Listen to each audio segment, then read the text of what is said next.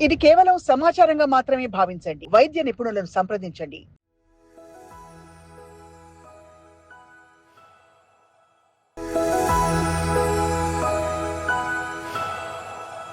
పూర్వీకులు తిన్న ఆహారమే ఉత్తమం అని చెప్తారు. నిజమేనా సార్? బాడీ అలా సెట్ అయిపోయిందండి. నేను ఇప్పుడు ఉత్తమం ఇప్పుడు ఉదాహరణకి నేను అంటే ప్రోటీన్ లేక కాదు. నేను ఐ గ్రూ అప్ వెజిటేరియన్ కంప్లీట్‌గా. పప్పు, అన్నం పప్పులో మామూలు ప్రోటీన్ ఉందండి. పప్పులో ప్రోటీన్ ఉంది. అదే. జామకాయలో ప్రోటీన్ ఉందండి. అవును. వేరుశనగ గింజల్లో ఉత్తమమైన ప్రోటీన్ అవును. ఉంది. ఉంటాయి. గుడ్ వెజిటేరియన్ సోర్సెస్ ఫ్యాట్స్ చాలా ఉంటాయి. గాంధీ అందుకే చెప్పాడు.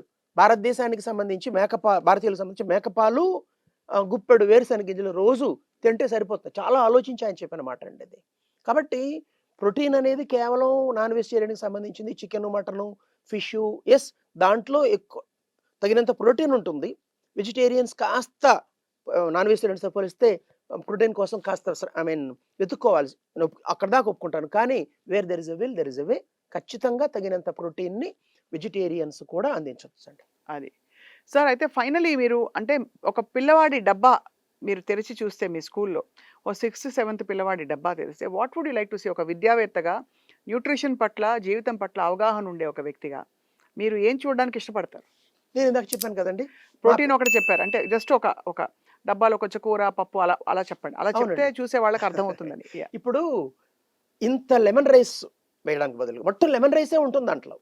ఈజీ అది సార్. చిన్నప్పుడు పొద్దున పూట ఏమవుతుందంటే ఇంట్లో అమ్మలకి కూడా గబగబా ఆ టైంకి క్యారేజ్ కట్టివ్వడానికి. అందులో ఇప్పుడు బస్సులు ఇలా వచ్చాక 7 గంటలు 7:10కి బస్ స్టాప్‌లో ఉండాలి లాంటి పరిస్థితులు కూడా వచ్చేస్తున్నాయి కాబట్టి చాలా ఈజీగా చేసేది చెప్తానండి నేను.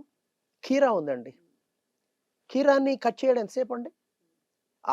అది ఫ్రై చేస్తూ, ఆ లెమన్ రైస్‌ని ఫ్రై చేస్తూ, కీరా తీసుకొని నీళ్ళకి పెట్టి పిల్లల్ని అడగొచ్చు. మీరు కట్ చేసుకొని పెట్టుకొని బాక్స్‌లో యూకేజీ పిల్లల నుంచి ఆ పని చేస్తారండి.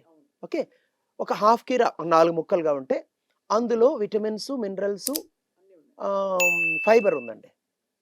వాళ్ళ దీన్ని బట్టి ఒక ఎగ్గుని ఉడకబెట్టో, లేదా ఆమ్లెట్ వేసో, లేదంటే పన్నీరు, లేదంటే మష్రూమ్స్, ఇవన్నీ వెజిటేరియన్ ఫుడ్స్. కాస్త పప్పు, ఇవన్నీ వద్దండి. వేరుశనగ గింజలు, పచ్చి వేరుశనగ గింజలు పెట్టండి. లేదా ఫ్రై చేసి పెట్టుకోండి.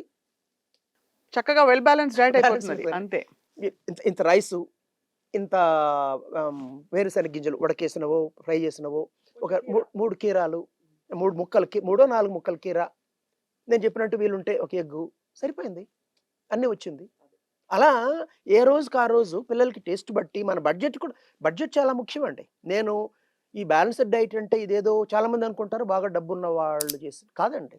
అందరికీ అవసరం. జామకాయనికి మించిన కాయ, పండు ఏది లేదండి. ఆపిల్ కంటే 10 రెట్లు ఎక్కువ పోషక పదార్థాలున్నాయండి జామకాయలు జామకాయలో. అందరికీ అందుబాటులో ఉండేవి. అందుబాటులో ఉంటుంది. జామకాయల్లో మంచి రఫేజ్ ఉంటుంది.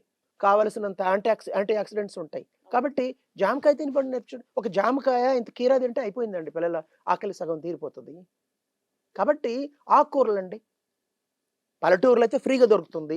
సిటీలో అయ్యేసి కొంచెం డబ్బులు పెట్టి బట్ ఎంత అసలు మనం ఈ పోషకాహారం ఇస్తే, ఆ తర్వాత పిల్లల ఆసుపత్రుల పైన, ఇతరత్ర వాటిపైన పెట్టే ఖర్చుతో పోలిస్తే ఇది ఎక్కడండి 1/10 కూడా కాదు. 1/10 వంతు కూడా కాదండి.